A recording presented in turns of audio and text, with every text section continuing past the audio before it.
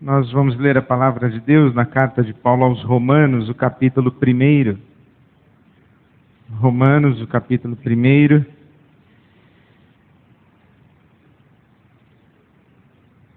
Carta do apóstolo Paulo aos Romanos, o capítulo 1. Se você já encontrou, convido você a marcar aí a página da sua Bíblia e me acompanhar em oração. Vamos orar? Deus nosso Pai,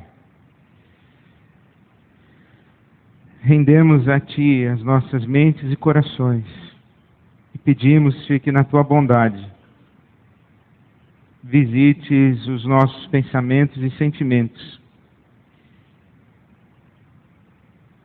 e traga a todos e cada um de nós a revelação da Tua palavra e da Tua verdade. Pedimos-te assim, Pai, para a glória do Teu nome, em nome de Jesus. Amém.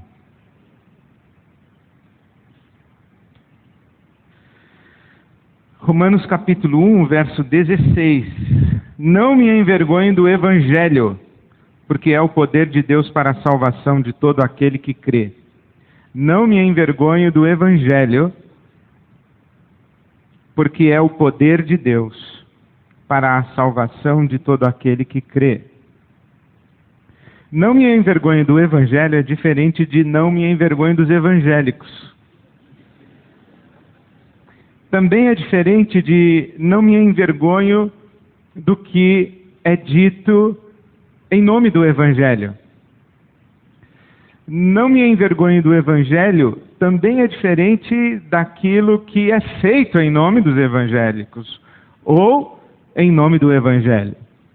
Não me envergonho do Evangelho é diferente de não me envergonho daquilo que o senso comum pensa que é o Evangelho. Não me envergonho do Evangelho é diferente de não me envergonho da subcultura evangélica. Não me envergonho do Evangelho é diferente de não me envergonho da cultura religiosa construída a partir do Evangelho. Porque dessas coisas, confesso, ou de muitas delas, eu realmente tenho vergonha. Não me envergonho é do Evangelho. Mas, por exemplo, da cultura religiosa construída a partir do Evangelho, essa cultura aí realmente me constrange, me incomoda. De vez em quando desperta em mim uma certa raiva, uma certa expressão de contrariedade um pouco mais enfática que me faz mal. De vez em quando, e não poucas vezes, me entristece, me faz chorar, me faz ficar abatido, rouba a minha alegria. De vez em quando me fere. Mas ao longo do tempo, eu fui tentando para minha própria sanidade, porque eu sou cristão, eu creio em Jesus Cristo, como Deus Filho, encarnado, eterno, Criador dos céus e da terra, que se fez carne, que morreu na cruz do Calvário por ato redentor de Deus, o Pai e o Espírito Santo para toda a criação. Eu sou cristão, creio no poder do Espírito Santo de Deus, creio na Bíblia como palavra de Deus revelada a nós. Mas, para a minha própria sanidade, eu me vi com o desafio cotidiano de separar o que é o Evangelho daquilo que é cultura religiosa com verniz de Evangelho. Aquilo que é o cristianismo como movimento de Jesus a partir da Bíblia Sagrada, e o que é cristianismo como um fenômeno sociológico desenvolvido na história e que distorce inclusive a própria Bíblia Sagrada que lhe dá origem.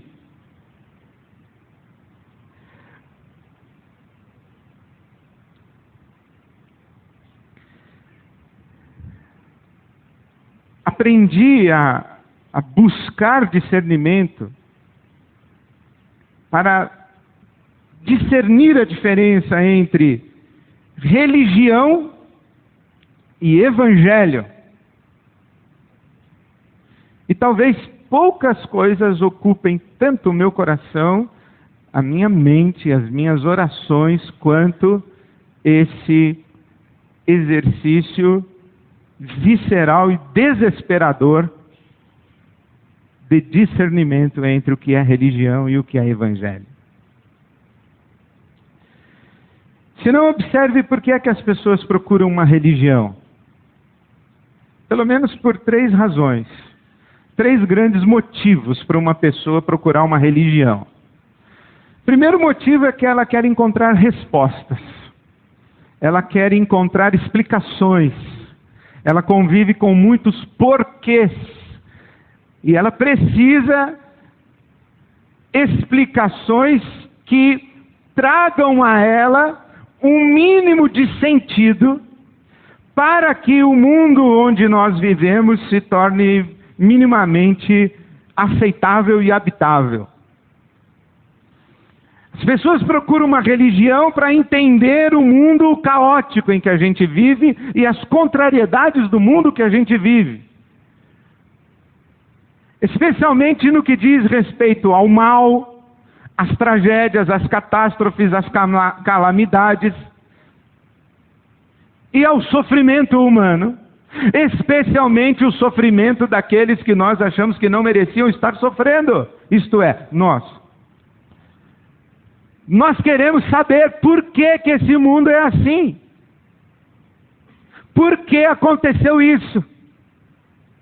Por que Deus deixou que acontecesse? Porque foi que Deus fez isso. As pessoas querem respostas. E elas encontram respostas. Elas dizem, você está sofrendo? Então você merece sofrer. E desenvolvem então uma mentalidade de cultura de justiça retributiva. Se você fizer tudo certo, vai dar tudo certo na sua vida. Se não está dando certo na sua vida, é porque você fez alguma coisa errada e você merece sofrer. Quem semeia vento, colhe tempestade. Então não reclame que está chovendo. Se está chovendo e forte na sua vida, você semeou o vento. Agora, aguente a tempestade. Você sofre porque merece. O problema é que a gente olha para a vida e vê muita gente que merece sofrer e não está sofrendo, e gente que não mereceria sofrer e está sofrendo. Isso não é só a gente que faz, o próprio salmista, o Salmo 73, pergunta isso, por que prospera o ímpio, Senhor? É quase que uma reclamação no serviço de atendimento a clientes do céu, dizendo, eu estou fazendo tudo certo, e estou aqui nessa draga. E o camarada aqui do meu lado, que faz tudo errado, está vivendo maravilhosamente bem. Eu não estou entendendo o que está acontecendo. Não é o dilema de Jó? Por que que eu estou sofrendo, afinal de contas? Mas nós queremos explicações, e queremos explicações que façam com que a vida e o mundo onde a gente vive tenham um mínimo de coerência. Porque nós não conseguimos conviver com o fato de que não tem coerência nenhuma nisso tudo. Então a gente diz assim, está sofrendo porque merece. E se não fez nada agora, fez antes, é karma adquirido em vidas passadas. É você que tinha escravo aqui no Brasil, lá em 1400 não tinha escravo aqui ainda, né? Você que tinha escravo aqui no Brasil, então agora, nasceu e vai purgar todo o seu pecado. Você tem que sofrer para passar pelo processo de purificação. Para não apenas pagar o sofrimento, porque é justo pagar o sofrimento que você causou, mas se purificar para a próxima encarnação você já não vir tão mal. É karma.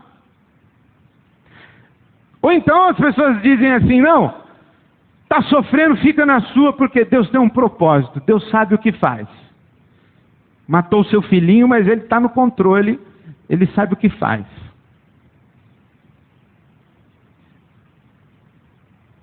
Então por que as pessoas procuram uma religião? Porque elas querem explicações. Querem fazer com que o mundo caótico e sem sentido, onde a gente vive, tenha um sentido.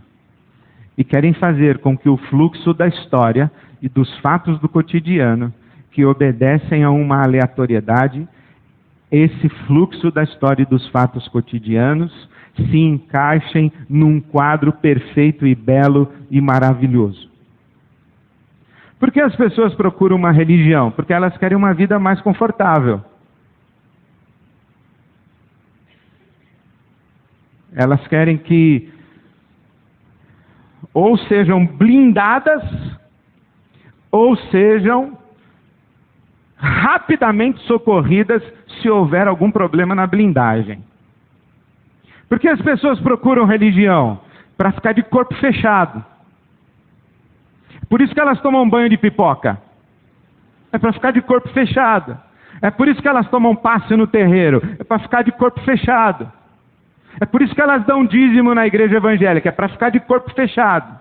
Deu dízimo, o gafanhoto não aparece. Deu dízimo, fique tranquilo que você não vai ter problema financeiro. Aliás, você vai daqui para melhor. E sempre mais. Por que as pessoas procuram uma religião? Para que elas sejam blindadas dos sofrimentos e males que acometem a todos os seres humanos, ou no caso de serem acometidas por algum mal, que tenham o socorro imediato da divindade de ocasião. Procuram uma religião para quê? Para que se sintam seguras andando na noite escura da cidade, se sintam protegidas, e para que eventualmente, se algum bandido conseguir atravessar o cerco angelical, numa resposta pronta a uma oração suplicante, um novo exército de anjos ou uma bateria de apoio seja enviada dos céus. Para que as pessoas procuram uma religião? Para aprenderem os truques da manipulação dos poderes espirituais a seu favor.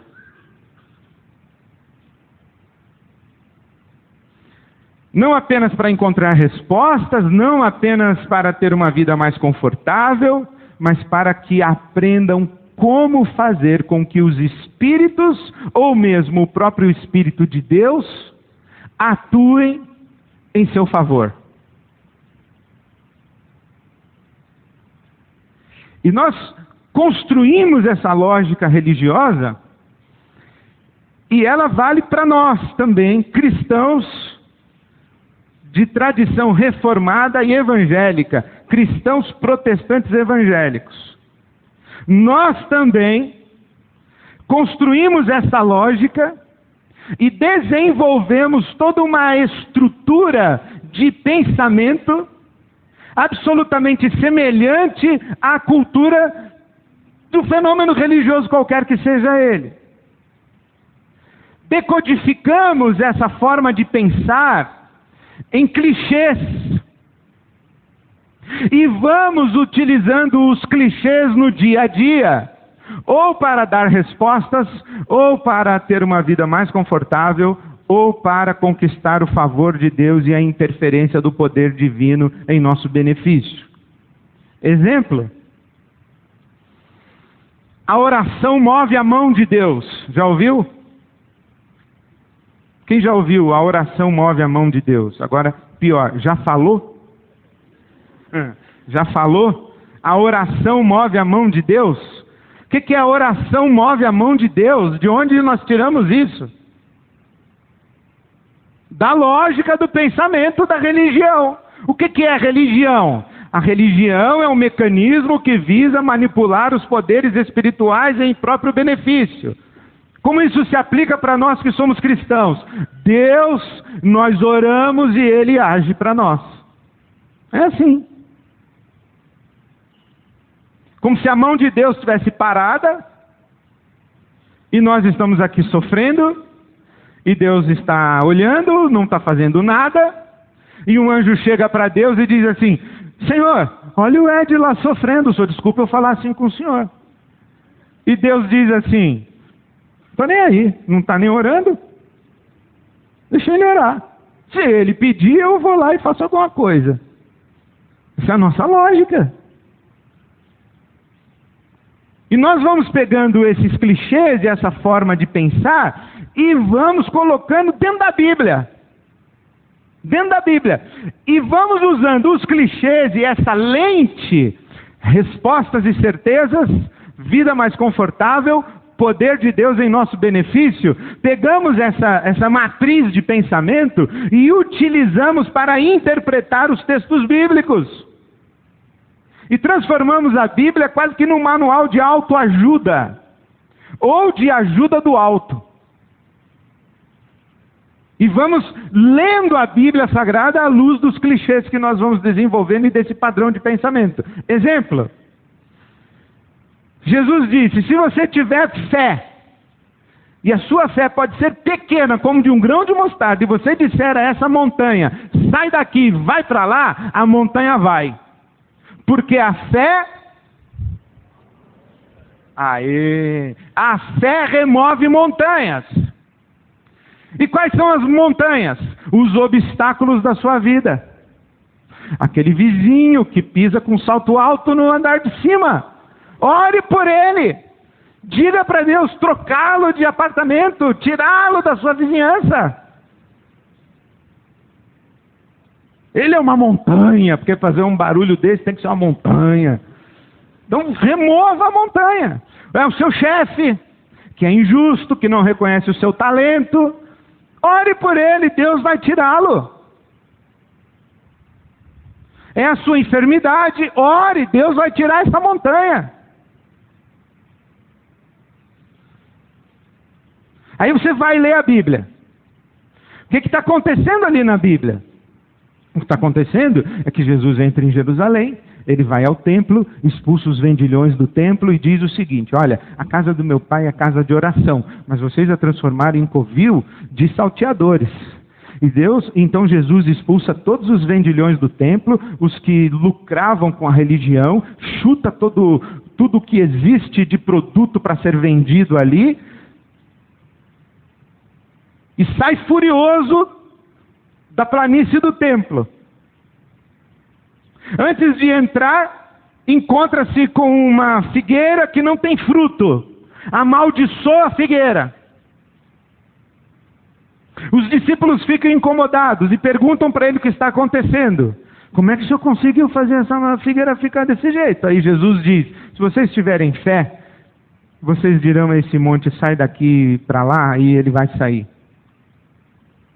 O que isso quer dizer? Jesus é meio pancada? Ele faz uns negócios que não tem nada a ver? O que tem a ver o templo com os ladrões do templo? Com a figueira que não tinha figo? Com fé que vai mover montanha? Jesus, não estou entendendo nada. Por que você não está entendendo nada? Porque você é brasileiro, está a 2000 anos de distância disso que aconteceu e nunca leu os profetas do Velho Testamento. Então você não vai entender mesmo. Aí como você não vai entender, você sai com essa de que a fé remove montanhas, porque Jesus falou que se a gente mandar um monte sair, ele sai. A fé remove montanhas. O que Jesus está falando ali é o seguinte: primeiro, Israel, a nação de Israel, é comparada no Velho Testamento pelos profetas com uma figueira. Uma figueira que não dá fruto.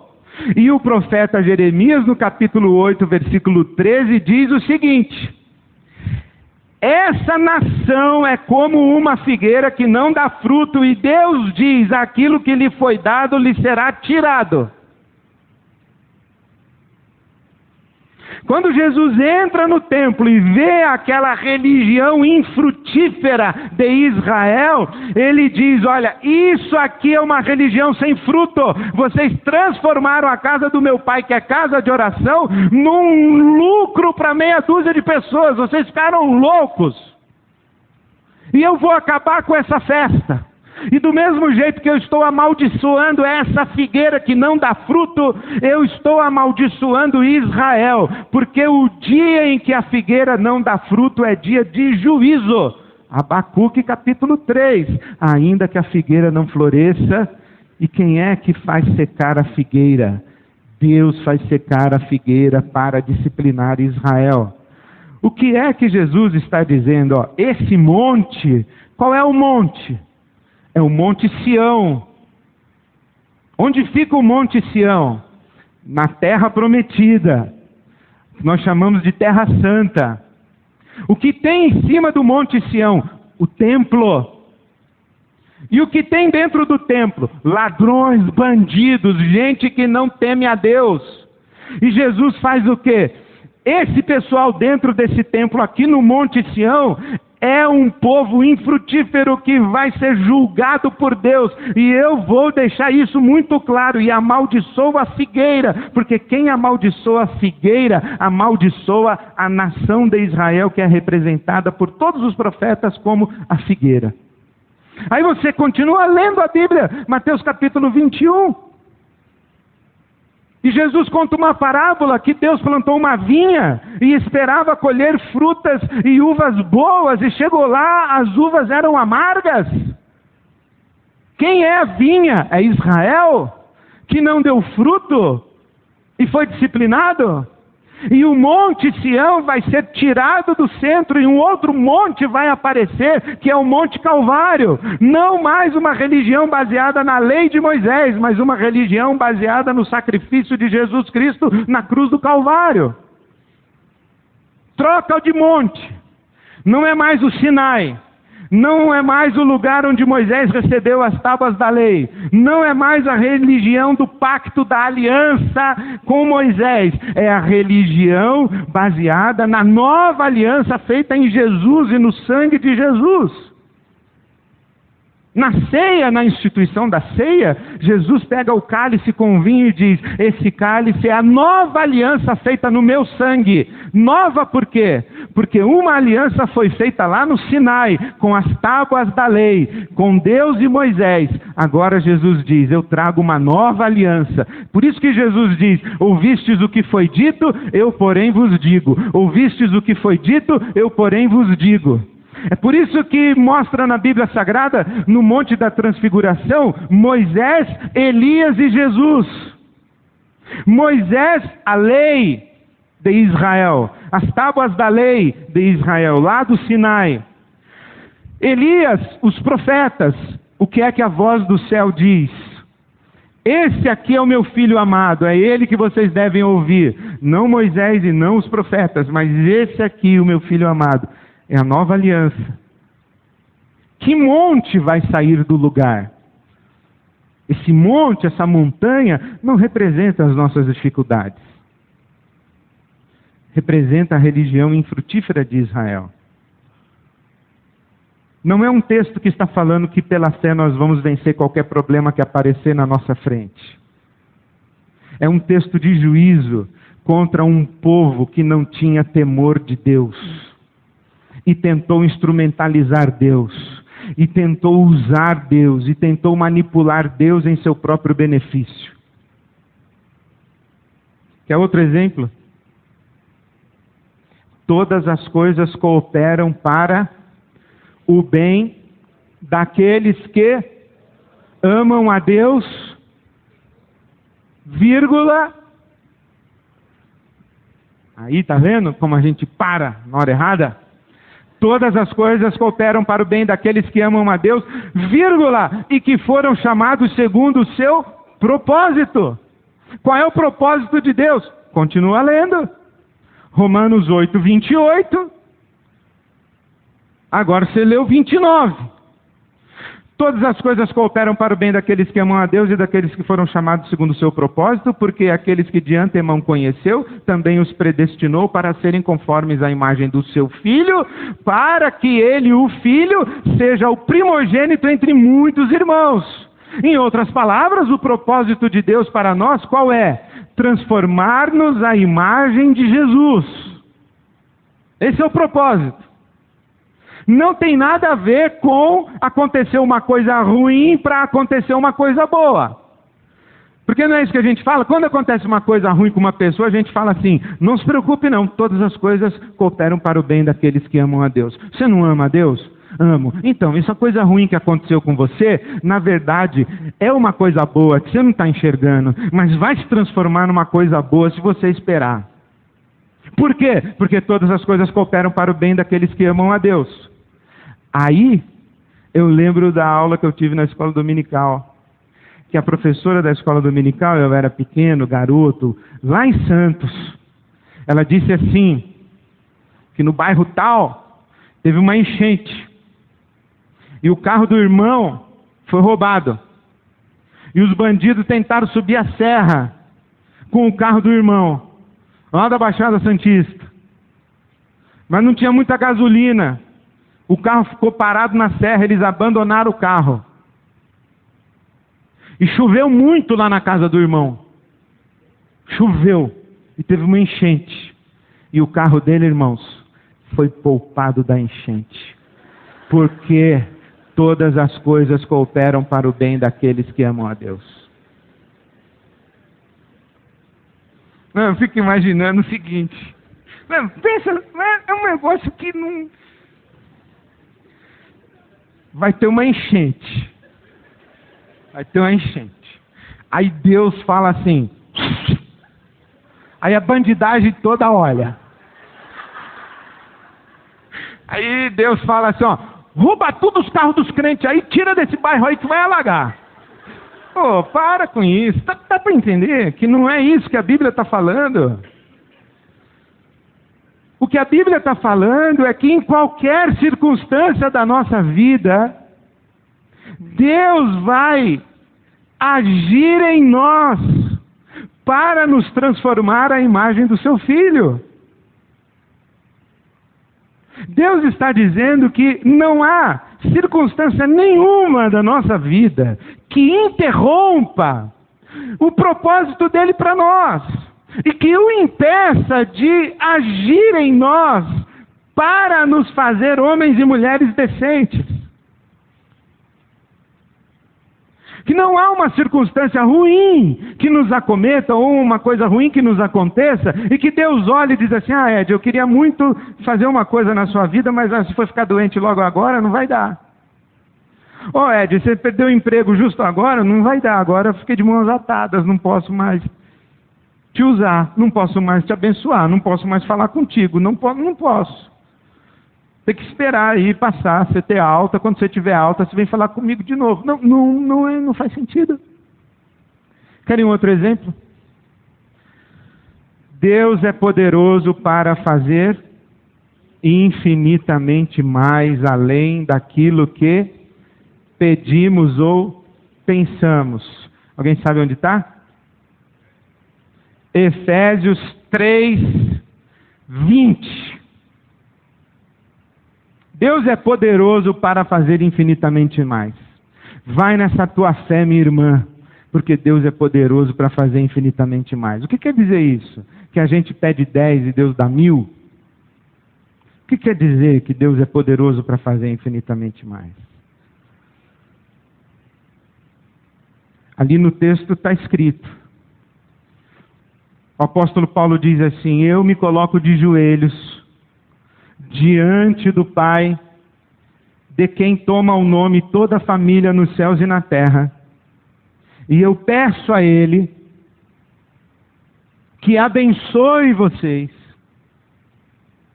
e que vocês criem raízes, e que vocês tenham alicerces profundos na vida espiritual de vocês, e que vocês tenham uma comunhão de pessoas, e nessa comunhão de pessoas vocês experimentem a altura, a profundidade, a largura e o comprimento do amor de Deus que está em Cristo Jesus, o amor de Deus que excede todo o entendimento, mas vocês vão experimentar a altura, a profundidade, a largura e o comprimento do amor de Deus, e vocês estarão cheios de toda a plenitude de Deus, Aí a gente diz assim, isso não é possível. E o Paulo diz, não se esqueça, Deus é poderoso para fazer infinitamente mais além daquilo que pedimos ou pensamos. Deus é poderoso para fazer o que por nós? Nos inundar com o seu amor e nos dar a experiência dele. Ele é poderoso para fazer isso. É claro, um Deus que é poderoso para nos transformar à imagem do seu Filho. Um Deus que é poderoso para encharcar a nossa vida com o seu amor, nos redimir, nos libertar, nos transformar. Ele não é poderoso para arrumar um emprego para a gente? Claro que é. Ele não é poderoso para curar um enfermo? Claro que é. Ele não é poderoso para bater no ombro do seu filho e falar para ele assim, moleque, para de fumar maconha, e o seu filho vai parar? Claro que é. A questão é que o Evangelho não trata dessas coisas. A questão é que o que está no âmago da nossa experiência com Deus não é o favor de Deus ou a interferência de Deus manipulando as nossas circunstâncias. Deus não é um resolvedor de problemas, Deus é um resolvedor de pessoas. Deus não é especialista em manipulação de circunstâncias, Deus é especialista em transformação de consciências. Deus é especialista em transformação de gente. E o chamado dele para nós é esse. Então, de que trata o Evangelho? Se a cultura religiosa trata de dar respostas e certezas, se a cultura religiosa trata de nos oferecer ou nos prometer de maneira mentirosa uma vida mais confortável, e se a cultura religiosa trata de nos ensinar os truques para a manipulação do poder de Deus em nosso favor, de que trata o Evangelho? Primeiro, trata de Deus. Trata de Deus. Para que nos foi dado o Evangelho? Para que nos foi revelado o Evangelho? O Evangelho nos foi dado para que nós pudéssemos conhecer a Deus. Número 1. Você que intui que existe um ser superior, um poder superior, você que intui que existe algo mais no universo, além do que os seus olhos podem ver, do que a ciência pode explicar, você que sabe que há realidades espirituais que afetam o mundo em que nós vivemos, você que imagina que existe esse negócio que se chama Deus, a Bíblia lhe foi dada e o Evangelho nos foi revelado para que tivéssemos acesso e conhecimento desse Deus, o Deus único. De que trata o Evangelho? Da singularidade de Deus. Tanto que Jesus, quando está entre nós, está o tempo todo corrigindo a nossa consciência a respeito de Deus, corrigindo o nosso imaginário a respeito de Deus, corrigindo a nossa maneira de perceber o Deus Criador dos céus e da terra, que Ele chama de Pai. Por exemplo, os discípulos dele dizem assim, esse pessoal aqui não quer saber de nada de fé, nós vamos pedir para o teu pai mandar fogo e destruir essa cidade. Aí Jesus diz assim, não faz isso não, meu pai não é assim.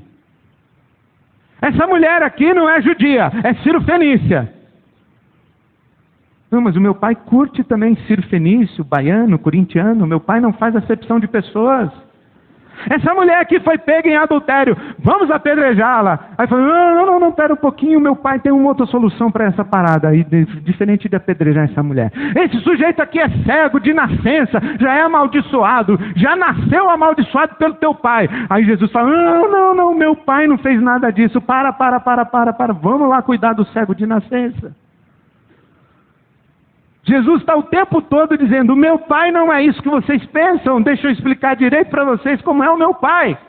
Porque a Bíblia trata de Deus, a Bíblia revela o caráter de Deus, a Bíblia revela a pessoa de Deus e a absoluta singularidade do Deus revelado na Bíblia em relação a todos os deuses que nós inventamos.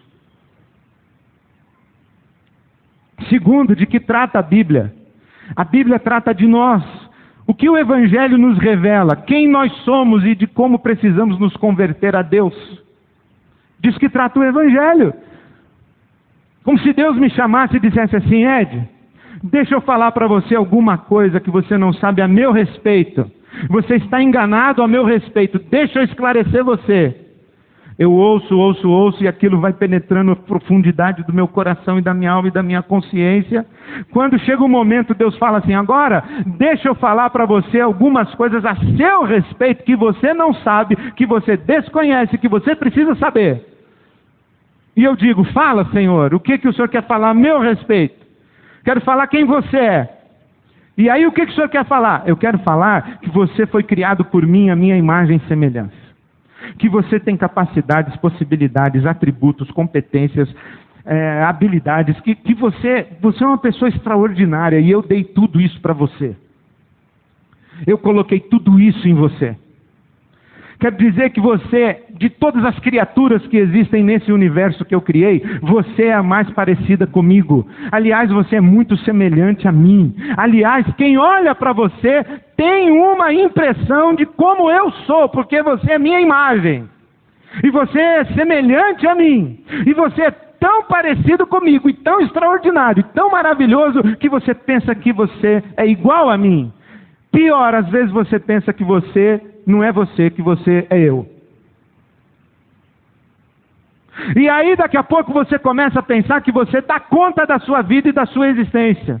E que você tem nas mãos condições de fazer o mundo funcionar de acordo com a sua inteligência, com a sua sabedoria, com a sua sapiência, e que você vai bancar a vida, que você vai planejar, e você fica dizendo aí, porque você fica lendo essas porcarias de autoajuda, que querer é poder. E eu vou te dizer que querer é poder é uma ova. Acho que Deus não fala assim, mas se eu fosse Ele, eu falaria. Tem alguma coisa que você precisa saber a seu respeito. É que um dia você pensou a seu respeito mais do que você devia pensar. E você me deu as costas. E você se perdeu na sua cabeça, nos seus sentimentos, na sua vontade. Você perdeu o controle não só sobre o universo que eu dei para você cuidar, você perdeu o controle sobre você mesmo. Agora você anda com medo de assombração, com medo de escuro, com medo de altura. Agora você anda com medo da taxa do dólar, agora você anda com medo de assaltante, agora você anda com medo de morrer, agora você anda com medo de diagnóstico, agora você anda... Você se perdeu de você quando você se perdeu de mim. Por isso que você tem que voltar para mim. Você não se sustenta sozinho, então aí a Bíblia vai falar de arrependimento, fé, vai falar da cruz do Calvário, da gente voltar para Deus e reconhecer que a gente não é nada sem Ele. De que mais a Bíblia trata? De que mais trata o Evangelho? O que mais o Evangelho revela para nós? O Evangelho revela para nós o caminho de vida que Deus nos oferece. O Evangelho nos revela a vontade de Deus. Isso também aprendi na escola dominical, Provérbios 14. Há caminhos que ao homem parecem direitos, mas ao final são caminhos de morte. Porque na escola dominical a gente aprende umas coisas esquisitas, mas aprende muita coisa boa. Provérbios 14, 12. Eu não lembro que idade eu tinha quando eu vi isso. Há caminhos que ao homem parecem direitos, mas o seu final são caminhos de morte. E Deus diz assim para nós: não minta, você vai se destruir e destruir quem você ama. Não trate o seu filho desse jeito. Não grite assim com a sua mulher. Não seja indiferente ao olhar triste do seu marido. Não acuse o cara de ser um banana. Ele precisa da sua força, do seu braço, da sua oração, da sua palavra de sabedoria. E ele está precisando muito, inclusive, do seu silêncio. Cala a sua boca. Deixa o cara. Não trate o pobre desse jeito. Não faça negócios assim. Isso é destrutivo para você e isso gera injustiça. Não trata a mulher do seu amigo dessa maneira que você está tratando e não olha para ela desse jeito. Não fique com inveja da sua amiga. Não fique na frente do espelho olhando o seu corpo e se autodepreciando. Isso vai te fazer mal. O que Deus está falando? Eu tenho um jeito legal para você viver. Eu tenho um caminho de vida para você. Eu tenho uma vontade para você. Para de beber, você está exagerando. Já te falaram e você fica com essa conversa de eu sei o que eu estou fazendo. Você já não sabe mais. Você viu o que você falou para sua sogra no almoço de domingo? Você ficou louco. Deus está falando, para! Deus está dizendo para você, entra por essa porta, aproveita essa oportunidade. Cuide do seu corpo, não se descuide. Procure um médico, procure um psiquiatra, procure um pastor, procure uma reunião de oração. Dê um jeito, Deus está dizendo para você um caminho de vida. Que o Evangelho nos revela a vontade de Deus. Somente quem acha que é Deus, acha que sabe viver sem perguntar a Ele como viver. O Evangelho fala de Deus, o Evangelho fala de nós, o Evangelho fala da vontade de Deus para nós, e o Evangelho fala do propósito de redenção de Deus para toda a sua criação. Porque a gente vive num mundo de dispersão. E a salvação que a gente fala, que só Cristo salva, o que quer dizer isso? Quer dizer que em Cristo todas as coisas são reconciliadas. E o que estava disperso e divergente, agora converge. Ganha novamente unidade, harmonia. Mas ainda não existe essa unidade, essa harmonia. Mas Deus está construindo isso. O Evangelho nos dá uma esperança, que se não se realizar aqui, porque aqui não vai se realizar, se realiza na eternidade. É isso que nós chamamos de céu. O que é o céu? O céu é a criação de Deus redimida de sua contrariedade, do seu mal e de sua maldade. E nós vamos participar disso. Eu espero no sentido não de não tenho certeza e espero que sim. Espero como quem sabe que no futuro eu vou viver. Eu espero o céu. Mas eu sei que eu não estou no céu. A Bíblia conta duas histórias. Uma você conhece, a Torre de Babel. O que acontece na Torre de Babel? Os camaradas começam a construir uma torre que eles querem fazer que seja tão alta e tão grande que chegue no céu. O que isso simboliza? Nós, seres humanos, vamos chegar lá em cima e ocupar o lugar de Deus. Uma torre que nós, humanos, construímos para chegar no céu. O que é que Deus faz?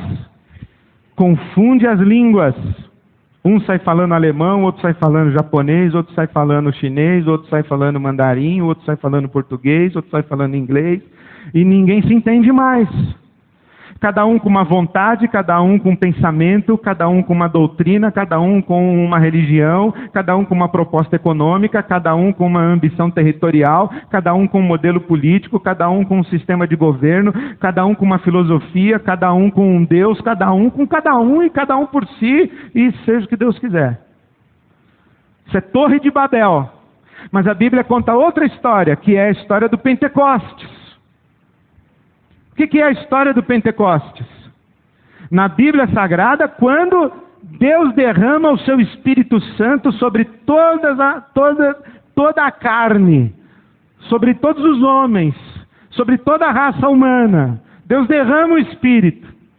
E para que Deus derrama o Espírito? Quando Ele derrama o Espírito no Pentecostes, as pessoas falam e todas elas entendem o que está sendo dito. Mesmo quando aquelas pessoas que estão conversando têm idiomas diferentes, elas se entendem. E o dia seguinte do Pentecostes na Bíblia, o que acontece? Um só coração, um só Espírito, uma só mente, um só entendimento, um só Deus e Pai, um só pão sobre a mesa para repartir-se entre todos, um só perdão, uma só fé, um só batismo, uma só igreja, um só corpo, uma só família. O que é a Torre de Babel? Dispersão e divergência. O que é o Pentecostes? Convergência, unidade, congregação, reunião, reconciliação. O Evangelho revela isso, que nós vivemos num mundo onde há dispersão e divergência, onde Deus está trabalhando para promover a convergência e a unidade. Efésios capítulo 1, versículo 10. Lê na sua Bíblia. O propósito eterno de Deus é fazer convergir em Cristo Jesus todas as coisas no céu, na terra e debaixo da terra. Tudo que está disperso, um dia será redimido e vai se encontrar de novo. Esse dia ainda não chegou. A gente convive com um mundo disperso, mas também convive com sinais da convergência em Cristo Jesus.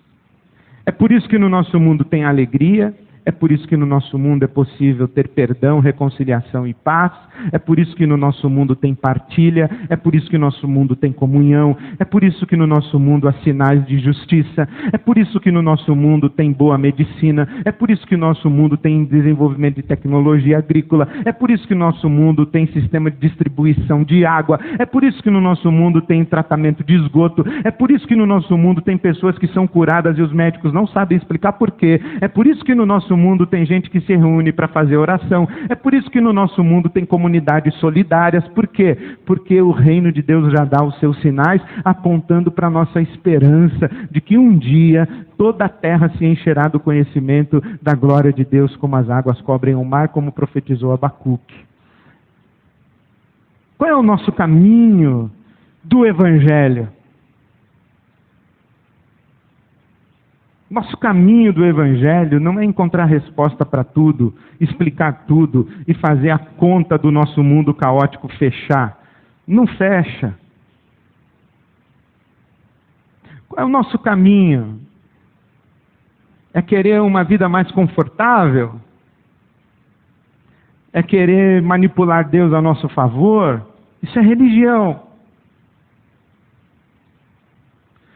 Porque se você chegar para mim e falar assim, Ed, imagina que Deus entrou aqui e falou, ô moço, para de falar, Deus. Deixa eu fazer 3 perguntas para você. Eu diria, pois não, estou silente esperando. Você que dorme mal com tanta minhoca na sua cabeça, você quer que eu te esclareça de vez as perguntas que você faz e você não sabe responder? Você acha que eu vou dizer o quê? Só se for agora.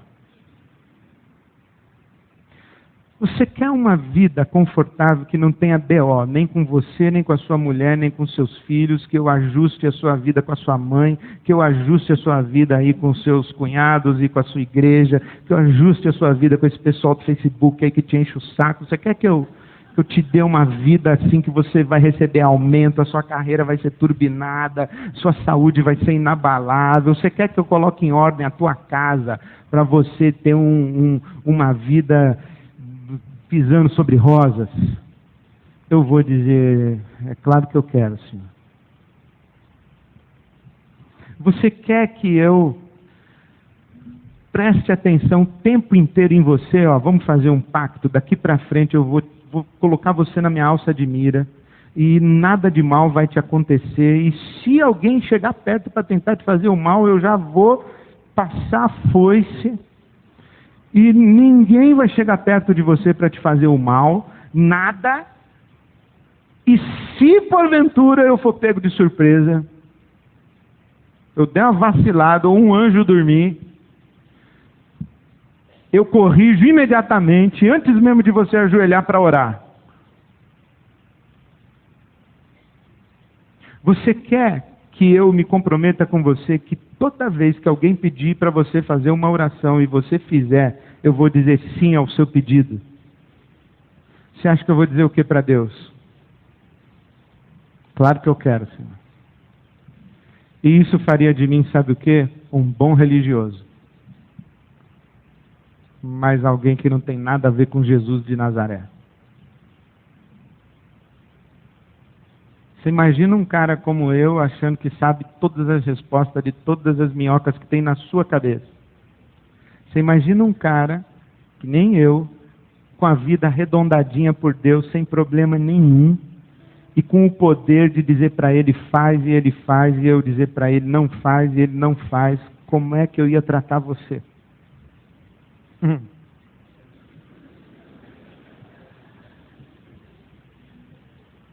Você imagina o seguinte, meu querido. No momento seguinte, eu teria me transformado num demônio. De que fala o Evangelho? É de, você quer me conhecer? Eu vou dizer, sim, Senhor, eu quero. Aí Deus vai dizer para mim, mas vai doer um pouco, hein?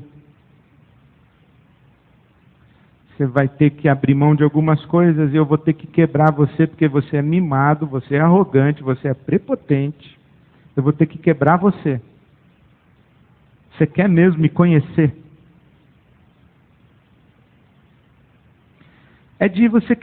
Você quer mesmo se conhecer e saber quem você é?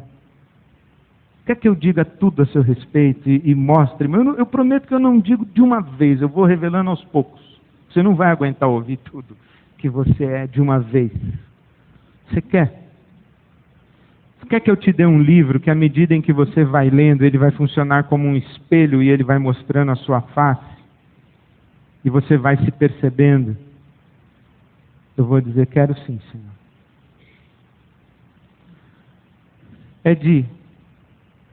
Você quer que realmente eu oriente as decisões da sua vida? E que eu seja o critério de certo e errado? E que eu seja o padrão da sua conduta moral e dos compromissos e prioridades e valores e de agenda para você? Você quer que eu assuma isso?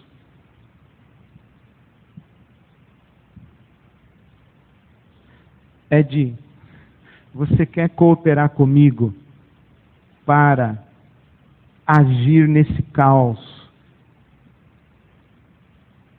para trazer o mínimo de paz, de justiça e de alegria nesse mundo? Eu vou dizer, eu quero. Mas eu tenho certeza que eu ia olhar para Deus e ia falar assim, não vai ser fácil, né?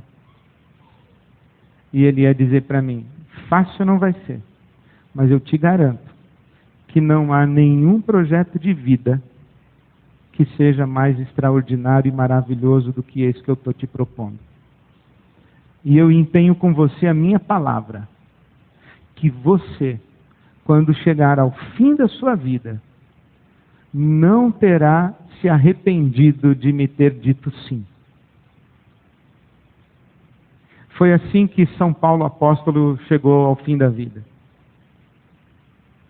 Doente, com a saúde absolutamente comprometida, praticamente cego, machucado pela vida, enfim, mas ele chega no fim da vida e diz assim: combati o bom combate, acabei a carreira e guardei a fé. Desde agora, a coroa da justiça me está reservada, não apenas a mim, mas a todos quantos amam a vinda do Senhor.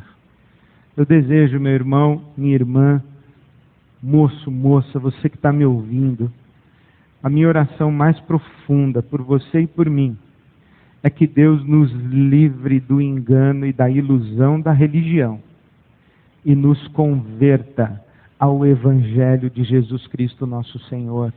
Amém.